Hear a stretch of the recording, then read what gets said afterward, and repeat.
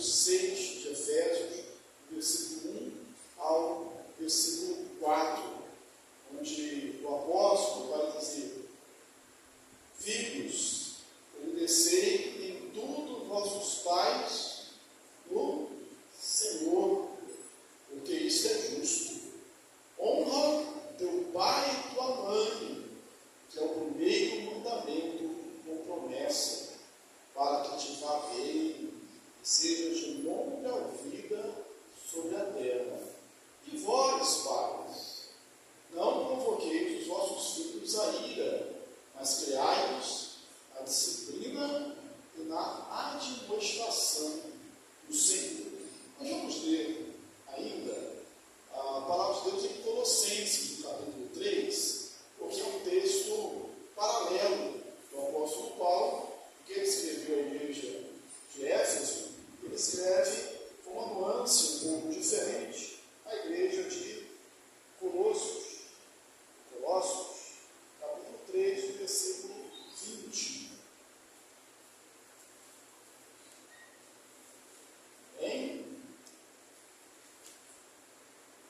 Diz assim, vamos ler, eu vou ler o versículo 1 e os irmãos leem o versículo, aliás, eu vou ler o primeiro versículo, o versículo 20, e os irmãos leem o versículo 21. Agora em Colossenses, capítulo 3, versículo 20 e 21.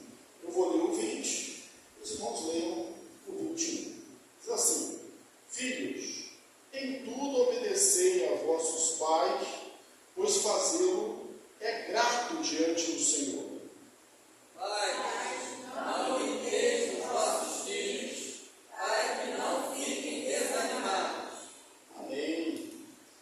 Irmãos, da mesma forma que o apóstolo Paulo, falando nas relações domésticas, na relação familiar, falou do relacionamento entre marido e mulher, falando da submissão da mulher e do amor que o marido devia ter, ou seja, não há uma responsabilidade unilateral. Há algo que o marido faz e que a mulher faz. Ele vai fazer isso também aqui em relação aos pais e filhos, aos filhos e aos pais. E também, na sequência, entre os servos e os senhores, contexto em que ele vive. A segunda parte da Epístola aos Efésios, que nós já falamos sobre isso aqui, é uma parte mais prática, é uma parte que ele fala do dia a dia, em como aplicar aquelas verdades que foram ensinadas. Nós somos eleitos, somos os filhos de Deus, somos cordeiros, de uma forma prática na nossa vida. E realmente, nós precisamos de sucesso dentro do lar. Por quê? Se nós tivermos sucesso em todas as outras áreas, mas fracassarmos dentro da nossa casa, o sucesso terá sido vão. Não valerá a pena. E realmente nenhum sucesso fora de casa justifica um fracasso dentro de casa. E, via de regra, é mais fácil a gente ser bem-sucedido e ter sucesso e agradar fora dos portões do que dentro. Existem pessoas que são pessoas respeitáveis, admiráveis, fora da sua casa. Tem títulos. Agora, dentro de casa, ela não conseguiu vitória. Na Bíblia, é narrado exemplos assim. A gente vê homens como Abraão,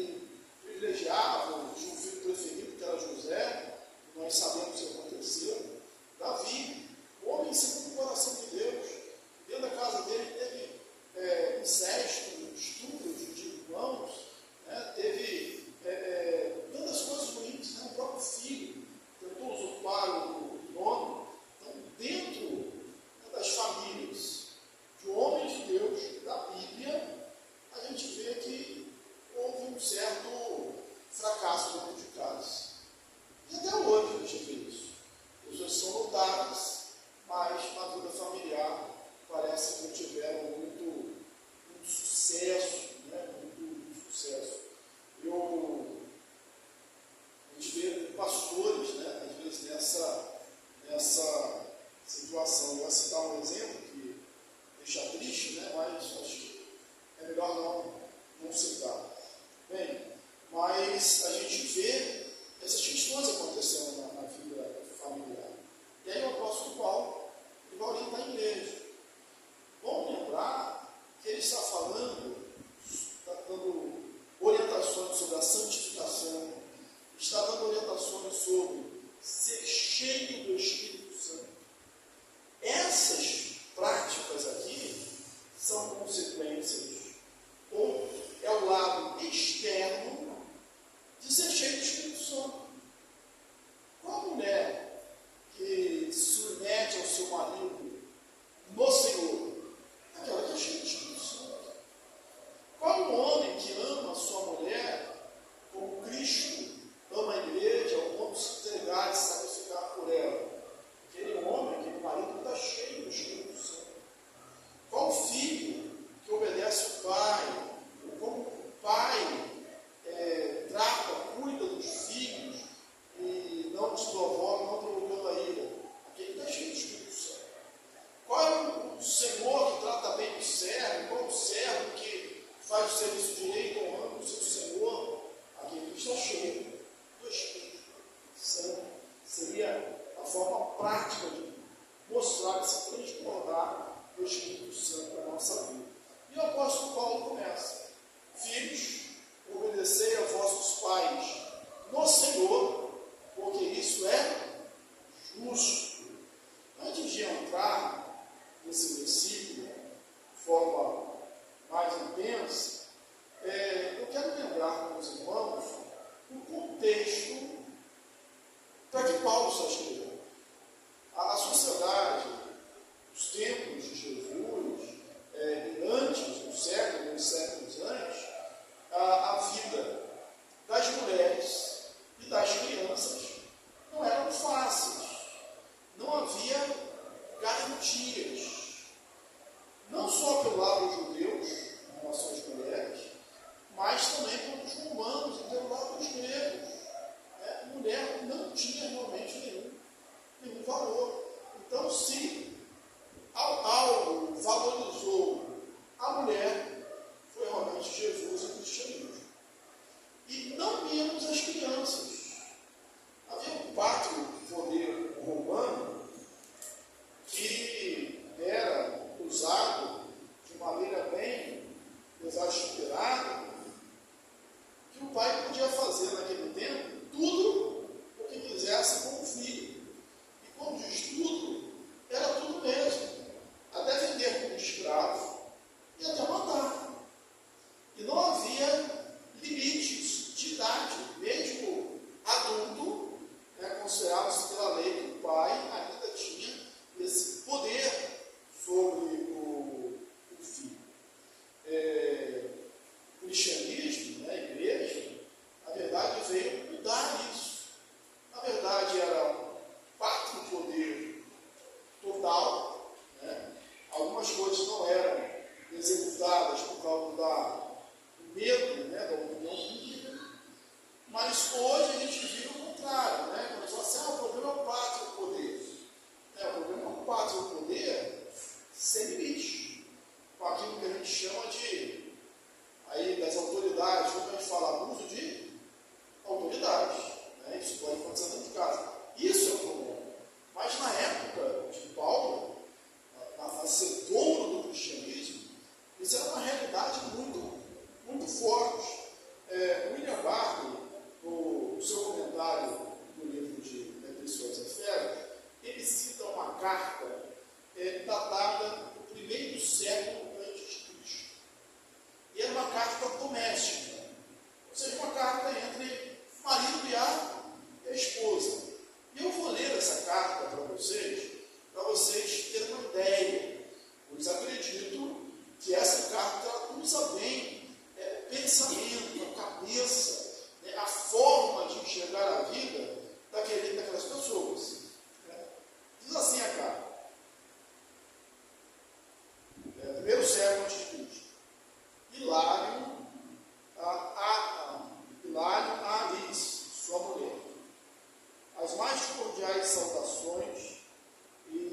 meus queridos Pero e Apolinário, tem que saber que ainda estamos em Alexandria.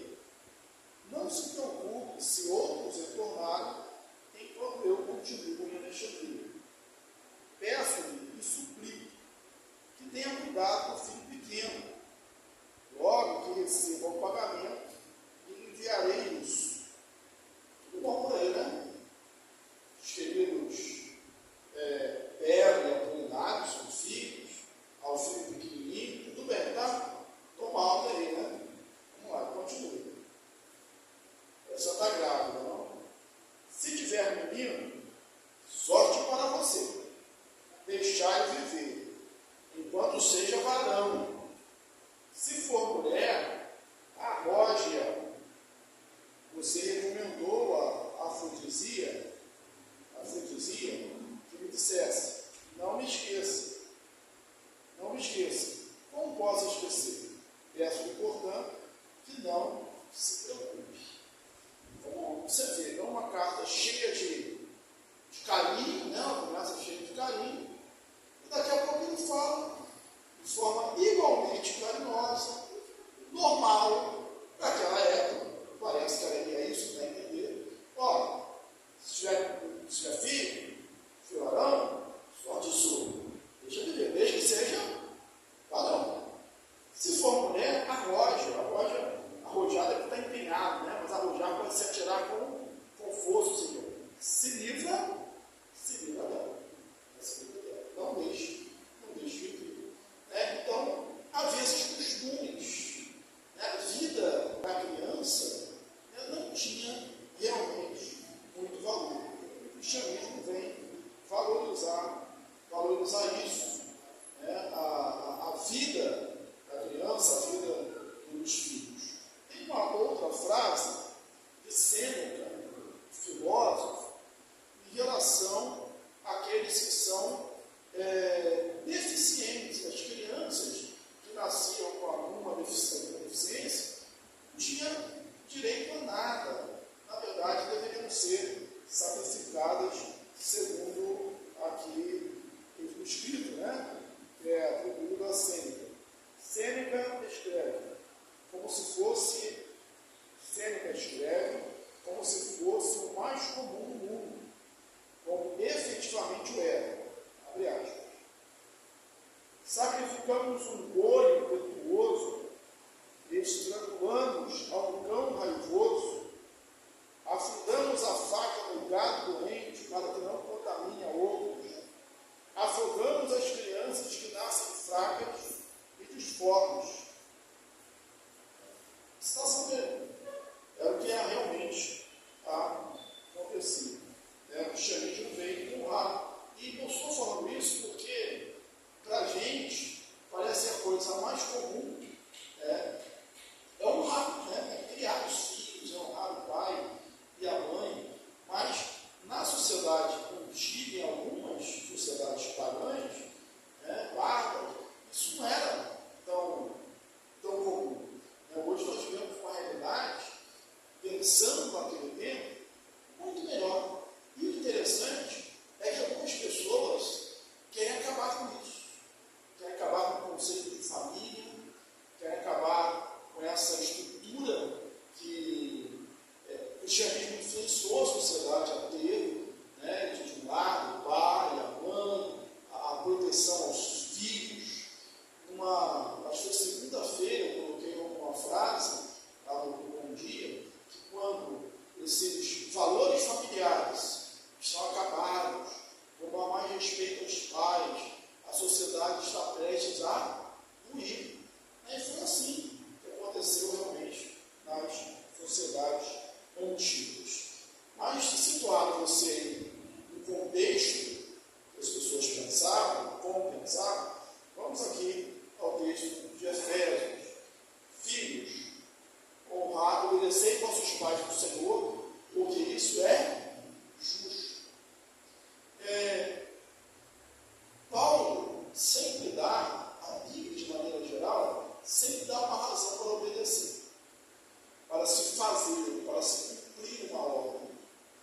E aqui ele dá, simplesmente,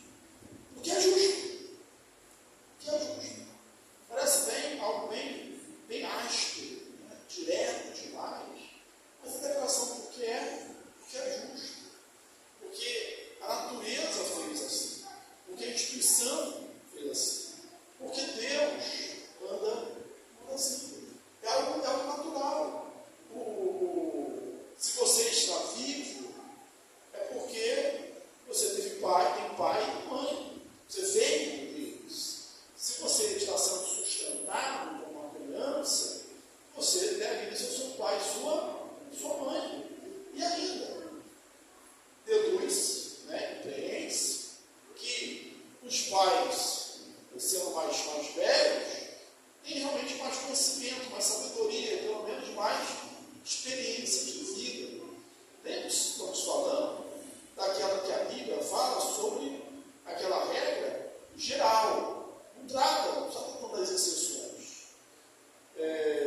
Filhos, obedecei vossos pais. Alguns intérpretes, não há consenso com isso, mas pai aqui, ou pais aqui é só pai, só um homem.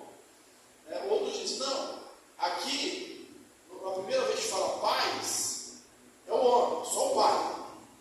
Porque lá embaixo, quando diz pais, não irriteis os vossos filhos, mas querem a disciplina do Senhor, é o pai e a mãe. Eu não vou entrar nesse mérito, creio que em termos de aplicação é mais fácil, mais sucinto e mais aplicável usar como nós chamamos na nossa língua. Pais, quando é usado no plural, é o pai e a mãe. Bem porque cita-se aqui o quinto mandamento, que é honra teu pai e tua mãe, que é o primeiro mandamento com promessa. Então eu vou partir da premissa, pelo menos para uma aplicação para a igreja, hoje, no tempo que a gente vive, que ele está falando para pai e para a mãe, não filhos. Obedecei os vossos pais, o seu pai e a sua mãe, porque isso é justo. Lembre-se que Paulo usa repetidamente essa expressão aqui no Senhor. Então a submissão do Senhor, sujeitai-vos, antes de falar da mulher, não sei se vocês estão lembrados, o texto diz, sujeitai-vos uns aos outros no Senhor. Independente de gênero, nós somos chamados cristãos a submetermos uns aos outros, como irmãos. Aí ele diz, no Senhor. O que quer dizer no Senhor, aqui no contexto de Paulo, meus irmãos? É porque isso é agradável ao Senhor. Porque esta é a vontade do Senhor. Porque isso é o que Deus quer, é o que Deus manda, é o que agrada a Deus. Nós lemos a epístola de Paulo também aos Colossenses, e aqui parece que há uma luz em relação a isso que eu estou falando, aplicando, porque ele diz assim, filhos, em tudo obedeceis aos vossos pais, pois fazê-lo é grato diante do Senhor. Você observa que a ideia de Paulo é mesmo, do Senhor. E por quê? Porque fazê-lo é grato diante do Senhor. Porque nisso você está cultuando a Deus. Porque nisso você está louvando a Deus. Então você que é filho, obedeça ao seu pai, obedeça a sua mãe. Porque nisso você está prestando culto a Deus. É difícil da gente entender e acontece, às vezes, estudando casamento, a irmão ou a irmã, o marido, a mulher, se dizem cheios do Espírito Santo, estão aí transbordando, e em casa um fala para o outro. Isso não é uma coisa lógica, não é uma coisa racional. Na verdade, a Bíblia diz que quando marido e mulher estão assim brigados, ou deixaram contato, inclusive sexual, as orações são interrompidas. Aí como pode? Gente que está na igreja e vive na igreja, está cheio do Espírito Santo, ou se diz cheio do Espírito Santo, e em casa não consegue fazer as pazes, ganha o mundo inteiro e pega a sua casa. É hora de quebrantamento, é hora de se quebrantar, pedir a Deus que abençoe, que Deus faça a obra.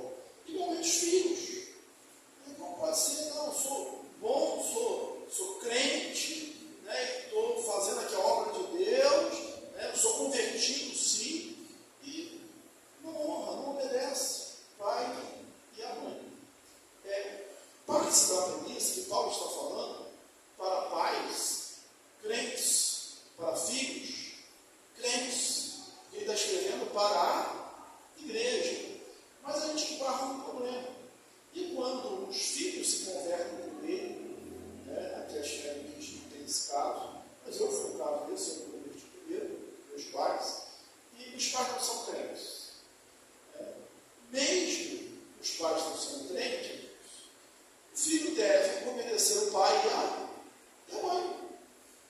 Porque isso é grato diante de Deus. E aí, eu sei que é um outro contexto, mas eu creio que se aplica perfeitamente. Lembra da relação com marido e mulher? Está dizendo que quando o marido não é crente, e a irmã ali é convertida, é crente, e ele consente viver com ela, aí ele fala assim, que ela vai ganhar o seu marido sem palavras. Sem palavras. Através do seu exemplo, do seu reto, do seu justo. Eu acredito que isso também tem os filhos também. Às vezes os filhos, não os pais, não são reto procedimento. Olha, meu filho tocava o terror em casa, meu filho era rebelde, meu filho era ruim na escola, meu filho fala assim, e agora, está respondendo. Ele está crente, quanto mais crente ele está, quanto mais na igreja ele está, melhor ele fica. Ele vai receber um bom testemunho. Agora, imagina o contrário. Ele está na igreja e fala assim, não mudou nada. Não mudou nada. Não há exemplo, não há testemunho, é difícil tirar ganhar os pais. Agora, uma observação importante. Mas raramente é isso que acontece, né? Raramente é esse o problema. O problema é que o filho quer obedecer, quer ajudar em casa, quer estudar, quer sair qualquer hora, chegar qualquer hora. Agora, quando a ordem, quando o pai mandar, for contrário ao que a Bíblia diz, aí realmente não há obrigação de obedecer. E nenhuma relação, né? Nem marido, relação marido e mulher, pais e filhos, servos e senhores, aí não há mais obrigação. Não há mais obrigação. Mas raras são essas situações. E é isso aqui, vem endossando isso. Honra teu pai e tua mãe. Honra teu pai e tua mãe, que é o primeiro mandamento com promessa. Honra. Vamos, honrar é mais que obedecer. Porque às vezes se obedece, mas daquela forma, tá, eu vou. Obedece daquele jeito. Mas por dentro está se moendo, né? A Raquel uma vez já falou isso, né? Ó, eu tô sentada, mas por dentro estou em pé. Eu estou quieta, mas por dentro estou falando. Então, obedece porque não tem jeito. Mas honrar é mais do que obedecer. Obedecer o filho deveria falar mal dos pais, ou virilhar com os pais. Honra teu pai e tua mãe, que é o primeiro mandamento com promessa. Abre aqui um parênteses para a gente começar a buscar aqui na Bíblia. Onde está isso? O mandamento, Êxodo, capítulo 20. O quinto mandamento, no versículo 12. Honra teu pai e tua mãe, para que se prolongue os teus dias que o Senhor teu Deus te dá, na terra que o Senhor teu Deus te dá. Êxodo 20. Deuteronômio 5:16. Mesma coisa. A gente fala aí que o apóstolo Paulo vem explicando esse texto, aplicando esse texto para a igreja de Éfeso, também de Colossos. Ele vai dizer que esse é o primeiro mandamento com promessa. Peraí, primeiro, esse não é o primeiro mandamento, né? É o quinto mandamento. Aí ele fala o primeiro com promessa. Será? Quais são os 10 mandamentos? Vamos começar a falar. Né? Eu sou o Senhor teu Deus, te tirei da terra do Egito, da casa da servidão. Mas assim, prefácio, né? Não terás outros deuses em ti, não farás para ti imagem de escultura. Por quê? Porque eu sou Deus zeloso, que visita a iniquidade dos pais, dos filhos, até a terceira geração daqueles que aborrecem. E faço misericórdia até 1000 gerações daqueles que amam o meu nome. Será que isso não parece uma promessa? Não falei. Misericórdia até 1000 gerações daqueles que amam o meu nome? Parece uma promessa. Né? Alguns dizem, não, isso não é uma promessa.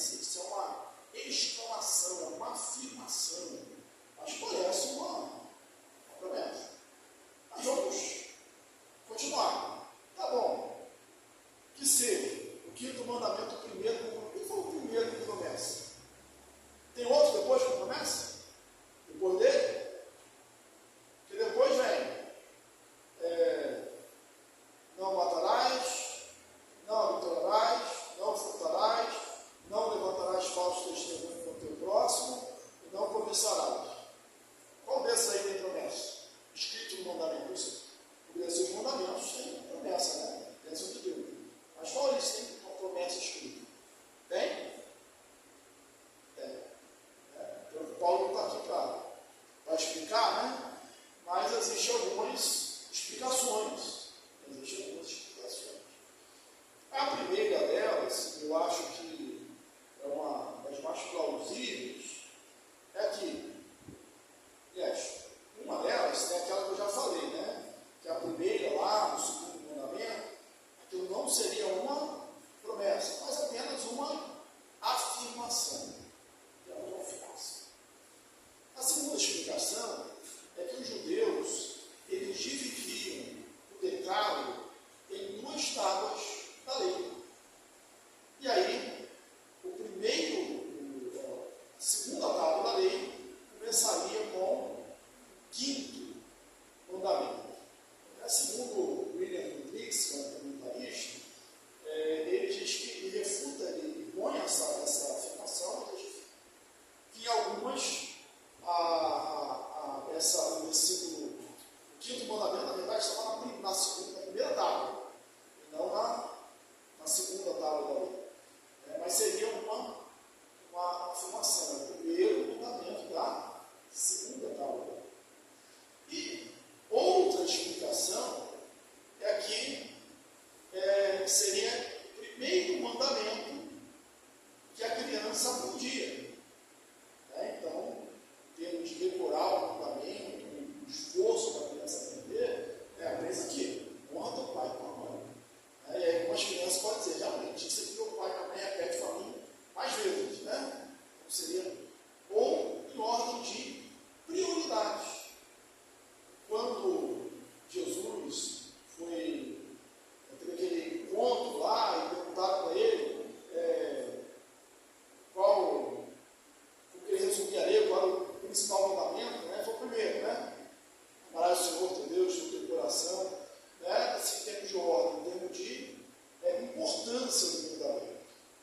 Mas o fato é que o apóstolo Paulo ele pega esse mandamento e coloca esse mandamento em destaque. Honra teu pai e tua mãe. Além de ser justo diante do Senhor, por obedecer tua mãe, o que o filho tem que fazer? Qual a obrigação do filho? Vocês são filhos ainda menores, né? Qual a obrigação do filho? A única obrigação é obedecer. A dos pais é maior. Os pais muito mais obedecem. Os filhos, como que obedecer? Então, honra teu pai e tua mãe, que é o primeiro mandamento com promessa, para que sejas. Aí ele dá o texto da Septuaginta já muda, para que seja longa vida, a terra que o Senhor teu Deus te dá. Ele tira a terra que o Senhor teu Deus te dá, porque não é mais uma aplicação prática para os judeus, né? E nem principalmente para os gentios, mas para que seja de longa vida. E acrescenta algo, para cultivar bem. Então, vá bem, ou seja, tenha saúde, seja próspero, seja abençoado e tenha uma longa vida. Então você vê que há muito lucro, há muita vantagem em obedecer pai e mãe. Longa vida sobre a terra, para cultivar bem. A regra é essa. E muitas pessoas podem confirmar isso, né? Especialmente quando passa um pouquinho da idade, o tempo vai passando e a gente ouve, né? Certa repetição, se eu tivesse ouvido meu pai, minha mãe, se eu tivesse dado um filho. E realmente, quando não se dá ouvidos, vamos falar da longevidade. Quantos jovens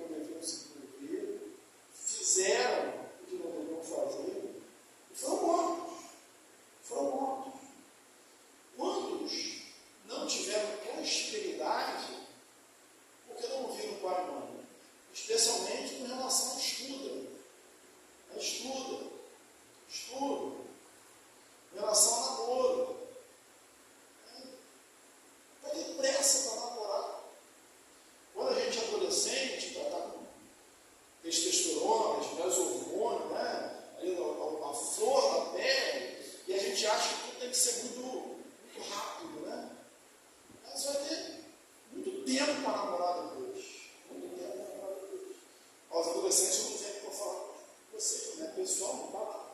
Segunda ordem, tá bom? Chegou Efésios 6, 1 a 4, não tem jeito. Então, tem muito tempo depois. Aí começa a namorar cedo, e aí 3, 4, 5 anos de namoro. A natureza vai dizer, ó, isso não vai dar certo. Não vai acabar engravidando, não vai dar certo. Não vai dar certo. Espera, estuda, conquista as coisas, mesmo porque, não sei se você sabe, namorar gasta tempo. É um compromisso, né? É um tempo que deveria estar estudando, se preparando para conquistar alguma coisa na vida. Eu digo lá para a Raquel e para o Abraão, nós somos muito bons na escola, falo assim, olha, na escola a gente não está competindo ainda. Não adianta você tirar uma nota boa, no concurso público, ou então na entrevista de emprego, você não tem que só ser bom. Só ser bom não adianta. Você tem que ser melhor. Se você fizer o físico concurso, você passou, aceito lá, uma nota boa. Mas eram 100 vagas, eu fiquei em 150. Então, não adiantou. Muita coisa. Então, realmente é algo que exige dedicação. É difícil. Se fosse fácil, todo mundo iria conseguir. Então, não tem etapa, faça as coisas ao seu tempo e honra seu pai e sua mãe. Para cultivar bem e seja de longa vida sua terra. Agora, vamos falar dos pais, né? Porque se a gente falou dos filhos, interessante que Colossenses, Paulo não fala que os pais, fala assim, pais, não irriteis os vossos filhos, para que não fiquem desanimados. Em Efésios, pais, não provoqueis os vossos filhos a ira. O que Paulo não fala em Colossenses é a complementação que tem lá em Efésios, porque em Colossenses ele só fala a parte negativa. Pais, não irriteis os vossos filhos para que eles não fiquem desanimados. Esse Colossenses. Em Efésios ele vai dizer, pais, não irriteis os vossos filhos, não provoqueis vossos filhos a ira, antes, mais, admoesteis na disciplina do Senhor. Então, há um lado negativo, né? A gente aprende pelo negativo, não provoqueis a ira, não irriteis. E aqui em Efésios tem um lado positivo, né? Criarmos na disciplina e na admoestação do Senhor. É imperativo dos pais. Pais, não coloqueis os vossos filhos a ira. Aí eu pergunto, só retórica a pergunta, inclusive, os pais provocam os filhos a ira?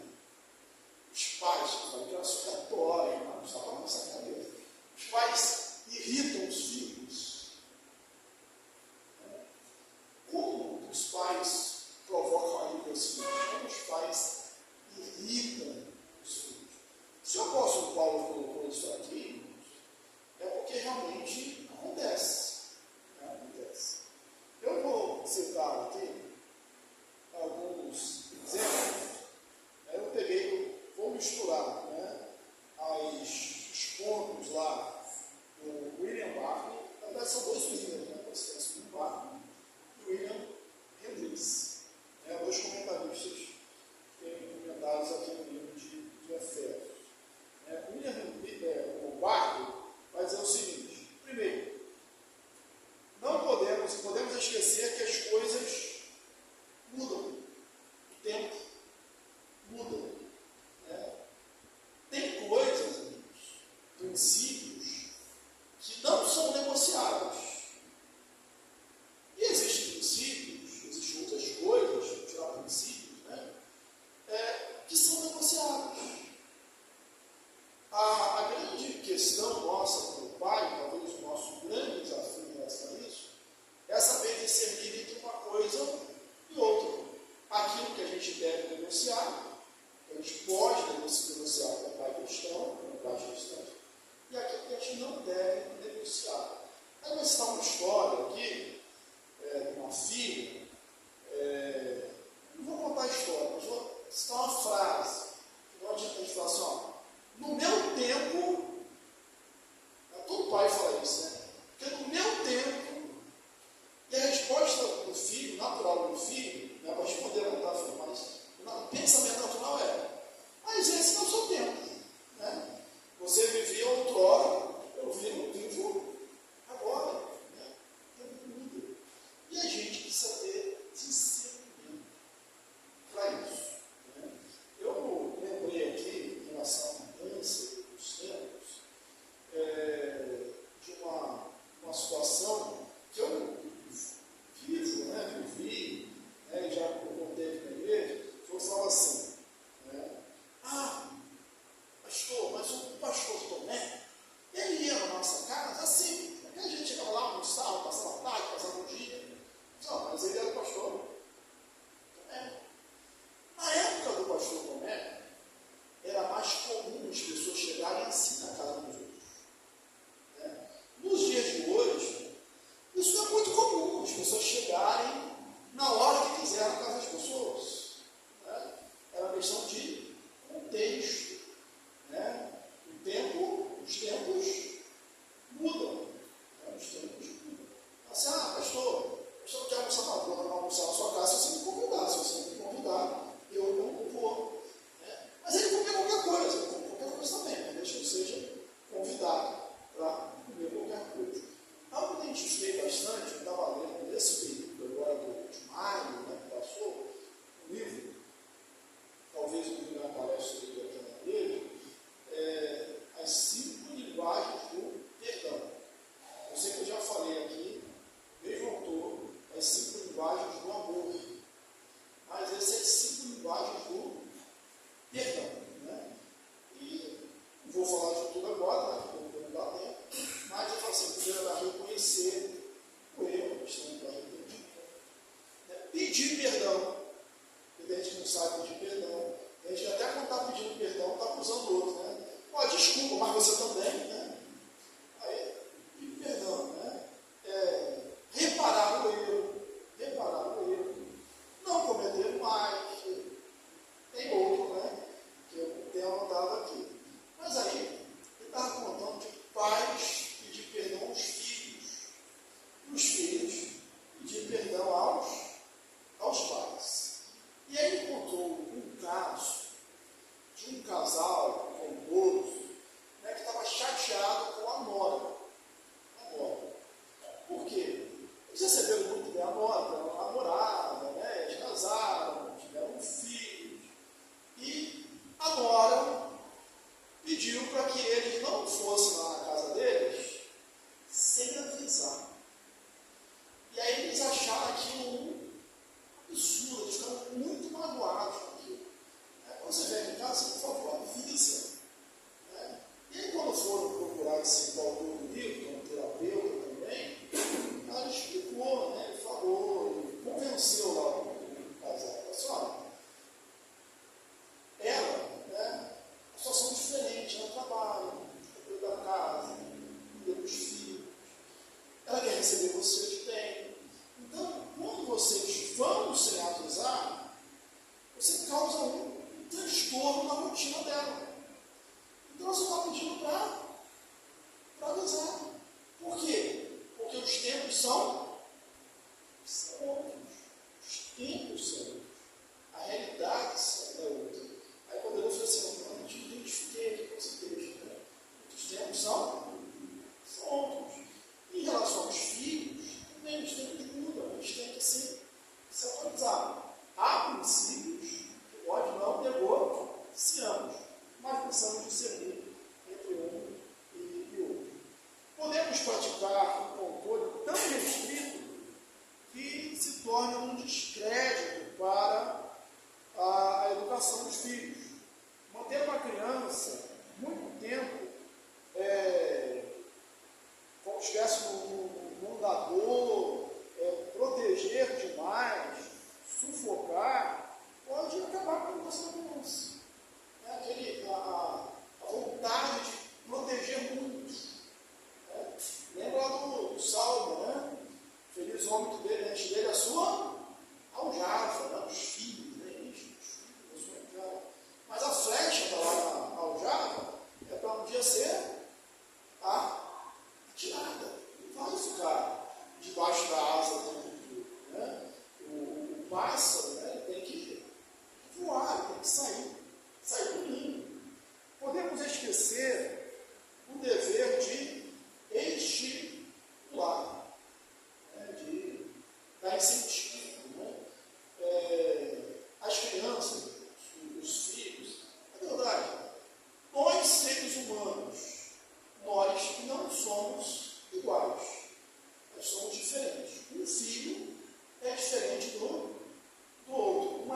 tem que ser diferente da outra.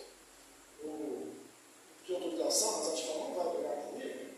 A Cláudia, ela conta até hoje que ela detestava, e o pai dela fazia muito isso com ela. Ela lembra até ela foi com raiva de alguém da igreja, que o pai não parava, ela muito com ela. Só essa menina que estava, nada que ela fazia estava certo. Essas comparações são boas. A falta de elogio é boa. Bem, porque todos nós temos as nossas limitações. De repente, o que uma criança estudou para tirar 10, ela tirou 10 com facilidade. O outro fez um esforço muito maior para tirar 7. E aí vem você elogiar, não, filho, que bom você conseguiu. Você vai, por que não tirou 10? Não faz mais nada da vida, só estuda, tinha mais obrigação de tirar 10. Mas cada um é diferente, né? Tipo, é diferente. Eu lembro de um filme que eu vi, e recomendo, acho que era o Clique, né? Que você pode ser um filme antigo, você viu?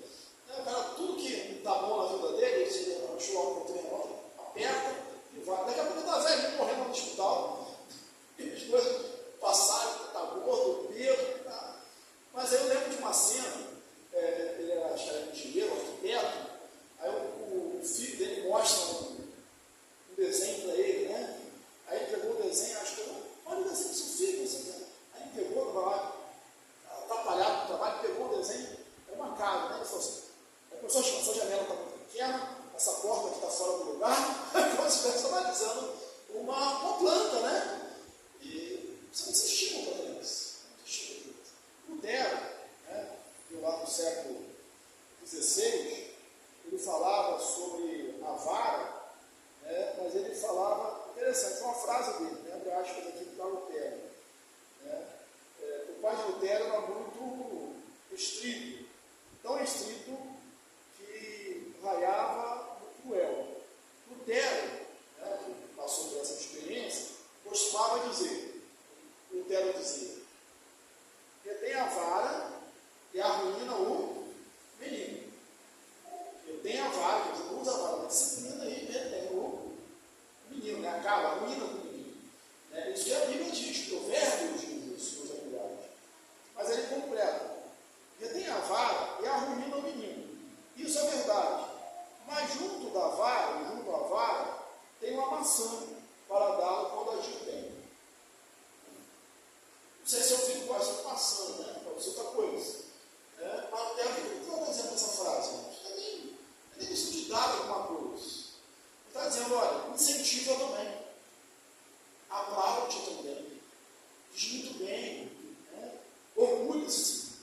É tão bom, até adulto, quando a gente está adulto, é bom que as pessoas se orgulhem da gente.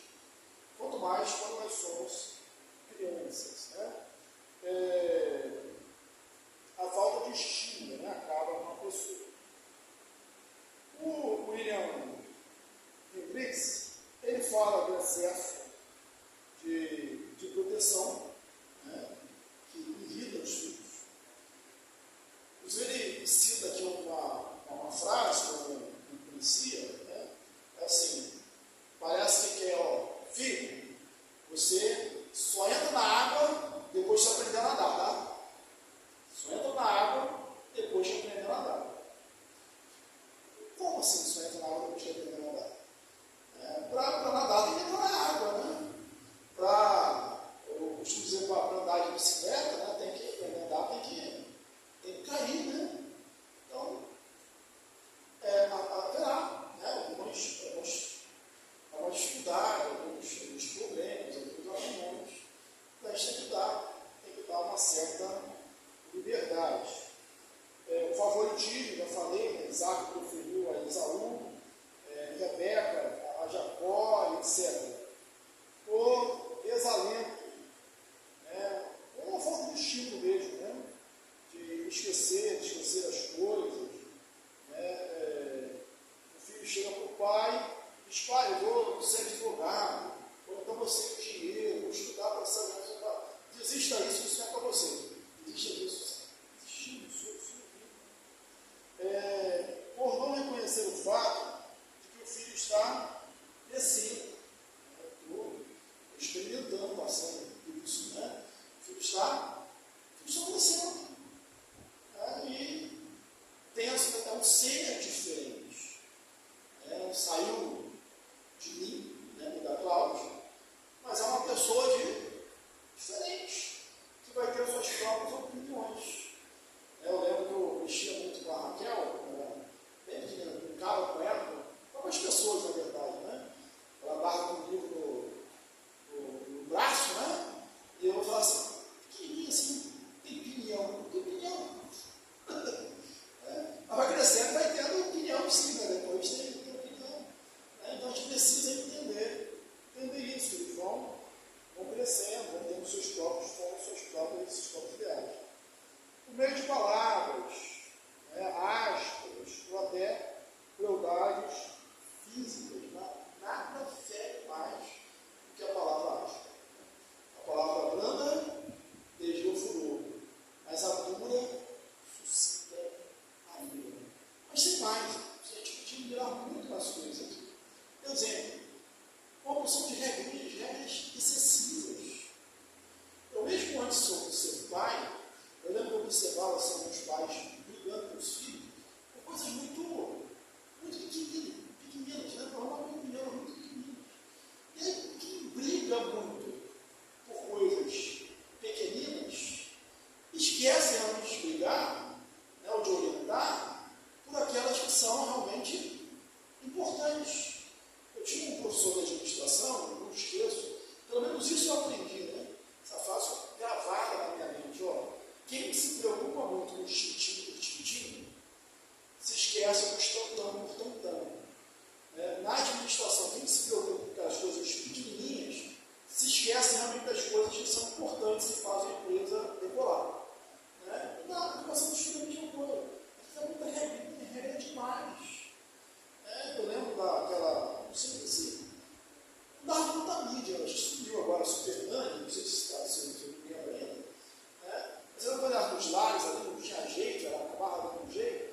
Uma das coisas que ela fazia, que ela filmava ali a rotina da família, não sei quantos irmãos viram, ela assistia bastante, E depois ela pegava assim, chamava a mãe do canto, às vezes, e postava assim, uns vídeos dela brigando com as crianças.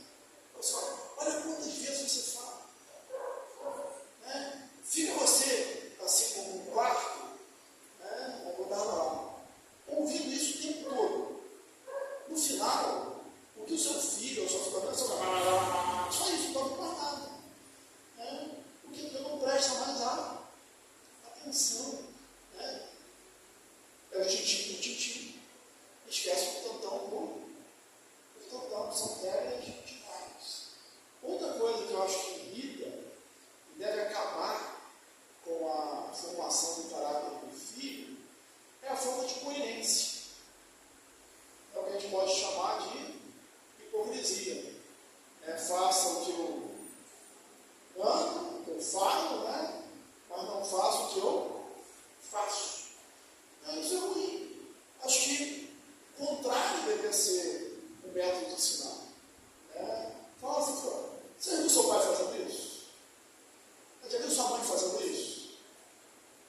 Acho que essa é a forma de educar. Se meu pai e minha mãe não fazem, ou não agem dessa maneira, eu não vou agir também. Ainda dentro da coerência, a falta de regras claras. Eu aprendi muito isso com meus filhos e coloquei em prática. Quando ia ser castigado, para medida de disciplina, para a memória, para eu estudei mais, falava porque avisava antes, se fizer isso, vai dar continuação. Quando estava lá, antes de sair, eu falava, por que você ficou de castigo? Tem que ter regras claras. Agora você imagina, você ri da criança no momento e depois disciplina ela pelo mesmo motivo. Como que isso vai funcionar? Aqueles pais, que acho que é o caso do meu aqui, que ri quando a criança fala palavrão, faz malcriação, faz uma gracinha. Aí quando faz isso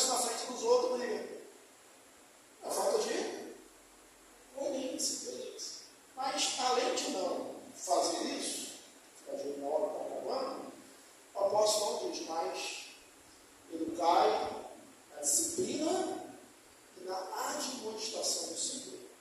Não vai provocar ira, mas não vai irritar, mas vai ensinar na disciplina e na admoestação do Senhor. É o conselho, na exortação do Senhor. Vamos, o que mais a gente deve aos nossos filhos é o chamo de ser exemplo e exemplo. São as três coisas. Exemplo. O nosso maior papel é educá-los no caminho do Senhor. O texto de Provérbios. Não é ensinar o caminho, é ensinar no caminho. É a nossa maior missão como pai e mãe. Vamos concluir lendo aqui uma frase de Dali, que eu separei, eu achei ao mesmo tempo bonita e também muito forte. Diz assim, destinação aos pais cristãos. Os pais devem se preocupar mais com a lealdade de seus filhos a Cristo do que com qualquer outra coisa. Mais mesmo do que com a saúde, do que com o vigor e o brilho intelectual, mais do que com a prosperidade material, mais do que com a posição social, mais mesmo do que eles estejam livres de grandes tristezas e de grandes fortunas.